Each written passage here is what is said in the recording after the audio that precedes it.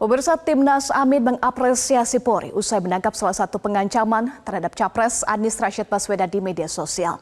Namun Timnas Amin juga mendorong agar kasus pengancaman terhadap Anies bisa diselesaikan secara restoratif justice.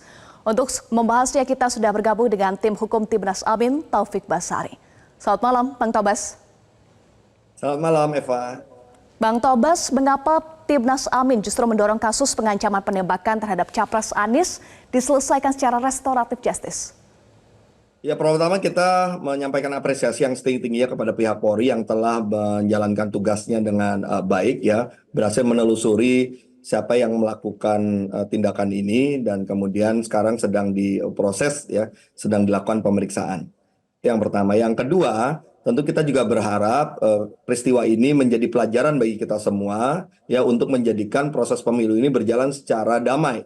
Jangan sampai kemudian ada orang yang hanya karena semangatnya membela pasangan calon tertentu sehingga melakukan pengancaman seperti ini. Ya, kita berharap tidak terjadi lagi ke depannya, dan kalaupun ada orang-orang yang juga masih berpikir untuk ingin melakukan hal yang serupa ya dengan adanya peristiwa ini, yaitu diproses oleh Polri ketika orang yang menyatakan ancaman tersebut ini bisa menjadi satu pencegahan untuk kedepannya. Dan yang ketiga ya tentu kita berharap ya pihak Polri bisa menelusuri motif dari pelaku pengancaman ini dan kemudian memilah-milahnya. Apabila kemudian ternyata ya pelaku pengancaman ini tidak memiliki maksud tertentu, ya memang dia tidak serius untuk melakukan pengancaman, mungkin hanya karena semangatnya, mungkin hanya karena ketidaktahuannya bahwa perbuatan pengancaman itu adalah tindak pidana, ya.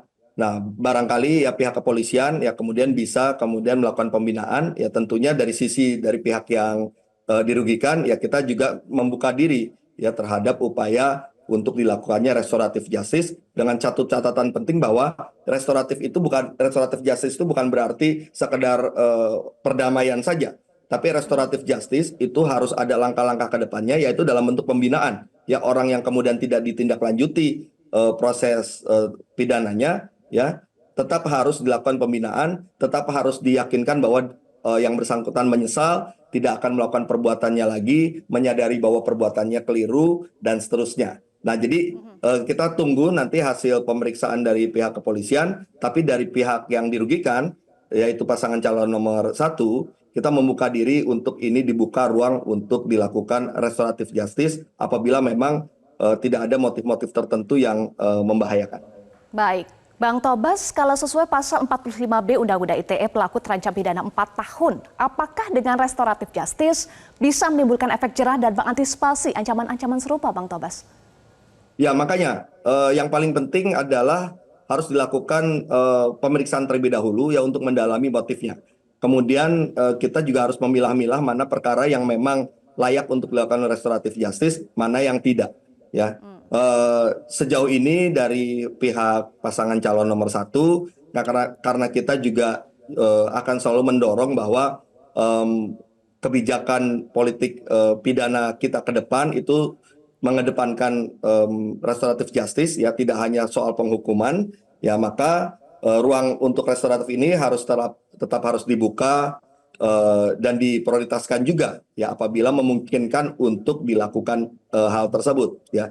Jadi begini, tetap harus ada prosesnya, tetap harus ada pemeriksaannya, tetap harus ada penggalian terkait dengan motifnya, tetap harus diberitahukan bahwa perbuatan ini keliru. Tapi pertanyaannya, apakah kemudian harus berlanjut pada proses pidana atau tidak? Nah, itulah yang kemudian kita ingin buka ruangnya, ya apabila bisa dimaafkan, jika memungkinkan, atau jika ternyata memang ada motif-motif lain yang di luar pengetahuan kita, ternyata misalnya memang serius ancaman itu, atau memang ada upaya yang akan dilakukan secara langsung untuk melakukan tindakan seperti yang di dalam ancaman, nah itu barulah diproses hukum. Tapi sejauh ini ya mudah-mudahan ya kita coba berpikir secara positif, mudah-mudahan apa yang dilakukan oleh pelaku tersebut itu hanya didasarkan atas ketidaktahuannya, didasarkan atas terlalu bersemangatnya ya untuk mendukung atau tidak menyukai pasangan calon tertentu dalam proses pemilu ini, dan menjadi pelajaran yang terbaik bagi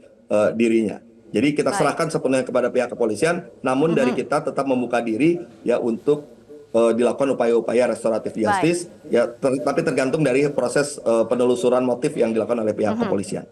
Masih menunggu penelusuran dari pihak kepolisian, tetapi dari tim hukum Timnas Amin mendorong atau membuka ruang ya untuk restoratif justice, tetapi harus menunggu dulu apa sebetulnya motifnya dan juga harus ada pembelajaran berikutnya untuk para pelaku. Terima kasih Bang Tobas sudah bergabung bersama kami di Top News.